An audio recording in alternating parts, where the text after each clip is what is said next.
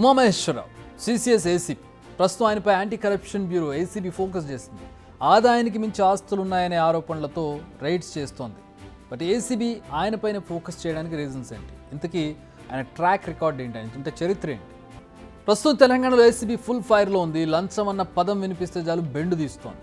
రోజుకు కొందరిని పట్టుకుంటూ ఈ రకంగా బెండు తీస్తుంది. అదే స్పీడ్లో ప్రస్తుతం ఏసీపీ ఉమామహేశ్వరరావుపై ఫోకస్ చేసింది. ఆదాయానికి మించి ఆస్తులు కలిగి ఉన్నారనే ఆరోపణలతో పలుచోట్ల సోదాలు నిర్వహించింది ఏసీబీ. ఆయన ఇళ్ళు, ఫ్లాట్లు, ఆయన బంధువుల ఇళ్ళు, ఆయన కూతురిళ్లలో సోదాలు నిర్వహించింది. నాట్ ఓన్లీ తెలంగాణ, ఆయన ప్రాపర్ వైజాగ్లో ఉంటున్న ఆయన బంధువుల ఇళ్లలో కూడా ఎట్ ఎ టైం రైడ్స్ చేసింది ఏసీబీ. నిజానికి ఏసీపీ ఉమామహేశ్వరరావు మొదటి నుంచే కొంచెం కాంట్రవర్షియల్ క్యాండిడేట్ అనే ప్రచారం ఉంది. ఆయన ట్రాక్ రికార్డే కాస్త తేడాగా కనపడుతుంది. ఆయనపై చాలా ఆరోపణలు ఉన్నాయి. 2 సార్లు సస్పెండ్ అయ్యాడు. అబిడ్ సిఐగా ఉన్న సమయంలోనే లేడీ కానిస్టేబుల్ పట్ల దురుసుగా మాట్లాడి ఒకసారి సస్పెండ్ అయ్యాడు. జవహర్ నగర్ ఎస్హెచ్ఓగా ఉన్నప్పుడు ఒక దొంగతనం కేసులో బాధిత లేడీ ఇంట్లో మంచంపై కాలు పెట్టి స్టేట్మెంట్ రికార్డ్ చేస్తూ ఆ ఫోటో వైరల్ అయింది. సో ఆయన ప్రవర్తనపై ఉన్నతాధికారులు ఫైర్ అయ్యారు, మరోసారి సస్పెండ్ చేశారు. ఆ తర్వాత విధుల్లో జాయిన్ అయిన లూప్ లైన్లో వేశారు ఉమామహేశ్వరరావుని. అనంతరం ఇబ్రహీంపట్నం ఏసీపీగా ట్రాన్స్ఫర్ చేశారు. ఎలక్షన్ కోడ్ కారణంగా తిరిగి సిసిఎస్కు బదిలీ చేశారు.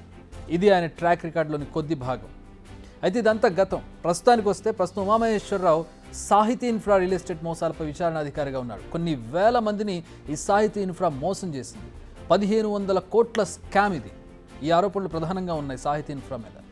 దీనిపై అంటే సాహితీ ఇన్ఫ్రాపై నమోదైనటువంటి మొత్తం 57 కేసులు ఉన్నాయి. ఈ కేసులన్నీ విచారించేందుకు నియమించిన స్పెషల్ ఇన్వెస్టిగేషన్ టీంకు ఈయన ఇన్ఛార్జ్గా ఉన్నాడు. అంటే ఈ కేసులన్నింటినీ ఆయనే విచారిస్తున్నాడు. సో 100 కోట్ల స్కామ్ను ఛేదించే బాధ్యత ఈయన భుజాలపై ఉంది. కానీ అసలే అనేక వివాదాలు తన చుట్టూ ఉన్నటువంటి పేరున్న మనిషి. దానికి తోడు ఆదాయానికి మించి ఆస్తులు కూడగట్టినట్టు ఆరోపణలు కూడా వచ్చాయి. మరి ఏసీబీ ఊరుకోదు కదా, చాలా నెలలుగా ఆయనపై నిఘా ఉంచింది. అంటే ఆయన ఎక్కడికి వెళ్తూ ఉన్నాడు, ఆయన ట్రాన్సాక్షన్స్ ఎట్లా జరుగుతూ ఉన్నాయి, ఎవరెవరి ఇళ్ళకి ఎక్కువగా వెళ్తూ ఉంటాడు, అంటే బినామీలుగా ఎవరు ఉంటారనే దానికి ఒక క్లారిటీ రావడం కోసం వారికి ఒక క్లారిటీ రాగానే రంగంలోకి దిగారు, రైడ్స్ స్టార్ట్ చేశారు. గతంలో ఇబ్రహీంపట్నం ఏసీపీగా ఉన్నప్పుడే ఉమామహేశ్వరరావుపై అనేక అవినీతి ఆరోపణలు వచ్చాయి.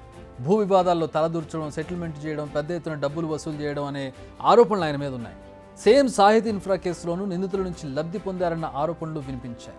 నిందితులకు సపోర్ట్ చేస్తూ, అంటే సాహితీ ఇన్ఫ్రా ఓనర్స్కి సపోర్ట్ చేస్తూ బాధితులకు అన్యాయం చేస్తున్నారన్న కంప్లైంట్స్ కూడా ఏసీబీకి అందినట్టుగా తెలుస్తోంది. దీంతో ఏసీబీ నిఘా పెట్టింది. ఏసీబీ సోదాల్లో భాగంగా పెద్ద మొత్తంలో నగదు, బంగారు ఆభరణాలు, ల్యాండ్ డాక్యుమెంట్స్ను స్వాధీనం చేసుకున్నారు. వీటికి ఎక్కడా కూడా లెక్కలు ఉన్నట్టుగా కనపడడం లేదు. అంటే ఎలా సంపాదించారనే దానికి సంబంధించి ప్రూఫ్స్ అనేది ఆయన దగ్గర లేనట్టుగా తెలుస్తుంది. ఇక బ్యాంక్ లాకర్లను కూడా గుర్తించారు, వాటిని ఓపెన్ చేయాల్సి ఉంది. అయితే సోదాల్లో కొన్ని ఆసక్తికరమైన విషయాలు బయటకు వస్తున్నాయి. ఈ ఏసీపీ గారి ఇంట్లో మరో ఎస్పీకి చెందిన డాక్యుమెంట్స్ కూడా దొరికాయట. ఏసీబీ ఇంట్లో ఆ ఎస్పీ డాక్యుమెంట్స్ ఎందుకున్నాయి, ఏ కారణంతో ఉన్నాయి, అసలు ఆ ఎస్పీకి ఈ ఏసీపీకి ఉన్న సంబంధం ఏంటి, వారిది బంధుత్వమా లేక ఆర్థిక సంబంధమా లేక అవినీతిలో పార్ట్నర్స్ అనేది తేలాల్సి ఉంది. బిగ్ టీవీ అవుట్లుక్ కథనాలు నచ్చితే వెంటనే బిగ్ టీవీ ఛానల్ ను సబ్స్క్రైబ్ చేయండి.